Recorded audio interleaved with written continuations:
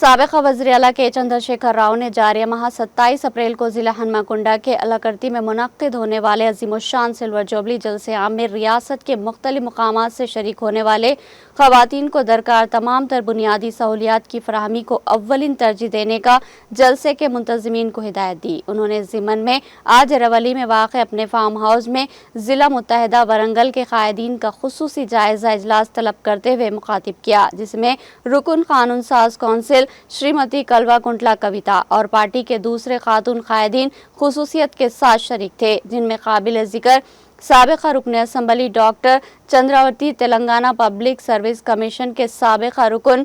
S تنوبا، گودام corporation کی سابقہ صدر رجنی سائی چندنا نوینا چاری شامل ہے۔ ضلع متحدہ ورنگل کے سابقہ رکن اسمبلی مسٹر وی ستیش کمار، داسم ونے بھاسکر، پیدی سدرشن ریڈی، رکن قانون ساز کونسل پوچمپلی سرینیواس ریڈی اور دوسروں نے اس پروگرام میں شرکت کرتے ہوئے انتظامات کا تفصیلی جائزہ دیا۔ BRS پارٹی کے ریاستی جنرل سیکریٹری بالامو ومشی دھر راؤ اور دوسرے قائدین بھی موجود تھے۔ جائزہ اجلاس کو مخاطب کرتے ہوئے وزیر اعلیٰ KCR نے جاریہ موسم گرما کے شدت کے تناظر میں شرکاء بالخصوص خواتین کو کسی بھی قسم کی دشواری پیش نہ آنے کے لیے ضروری اقدامات کرنے کی ہدایت دی۔